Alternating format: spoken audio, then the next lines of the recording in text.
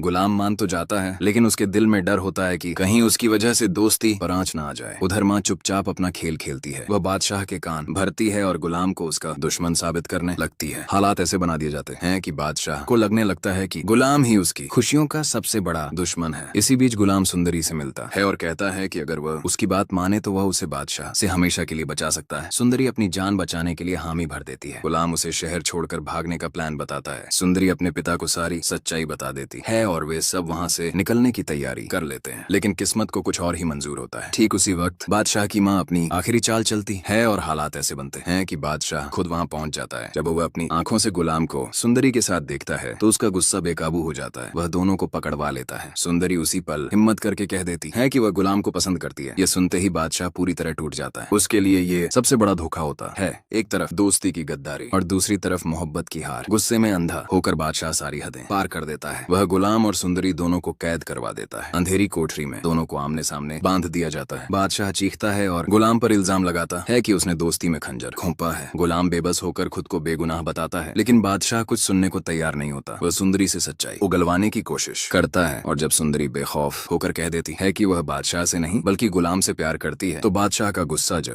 बादशाह आखिरकार सुंदरी तक पहुंच जाता है। जैसे ही वह उसे दोबारा जबरदस्ती ले जाने के लिए आगे बढ़ता है, सुंदरी इस बार पीछे हट जाती है। उसकी आंखों में डर जरूर होता है, लेकिन आवाज में मजबूती होती है। वह साफ शब्दों में कहती है कि अगर वह उसकी जिंदगी का हिस्सा बनना चाहता है तो उसे इज्जत के साथ अपनाए, वरना वह कभी भी उसकी जिंदगी में शामिल नहीं होगी। ये बात सुंदरी दिल से नहीं बल्कि अपनी जान बचाने के लिए कहती है, मगर बादशाह इसे अपने हक की जीत समझ बैठता है। उसके चेहरे पर मुस्कान आ जाती है। उसे लगता है कि खेल अब आसान हो गया है और वह खुशी खुशी शादी की हामी भर देता है। बादशाह पूरे जोश के साथ हवेली लौटता है और अपने माता पिता के सामने शादी की बात रखता है। लेकिन यही कहानी पलट जाती है। उसकी माँ बिना एक पल सोचे इस रिश्ते को ठुकरा देती है। वह साफ कह देती है कि उनके खानदान की बहू किसी अमीर और ऊंचे घर से ही आएगी, वो भी उनकी पसंद से। सुंदरी जैसी साधारण लड़की उनके घर की इज्जत नहीं बन सकती। माँ उसे सलाह देती है कि अगर शौक पूरा करना है तो कर लो, लेकिन शादी का सवाल ही नहीं उठता। यह सुनते ही बादशाह के अंदर का जुनून भड़क उठता है। गुस्से में वह कह बैठता है कि अगर शादी नहीं हुई तो वह सुंदरी को जबरदस्ती उठा लाएगा। बेटे की यह दीवानगी देखकर माँ घबरा जाती है और एक नई चाल चलने का फैसला करती है। वह बादशाह के सबसे करीबी दोस्त गुलाम को इस खेल में मोहरा बनाती है। गुलाम को बुलाकर वह उसे समझाती है कि बादशाह ऐसा कदम उठाने जा रहा है जिससे पूरे खानदान की बदनामी होगी। गुलाम फौरन यकीन दिलाता है कि वह ऐसा कुछ नहीं होने देगा। तब माँ बस इतना कहती है कि सुंदरी को संभाल लो, बाकी सब वह खुद देख लेगी।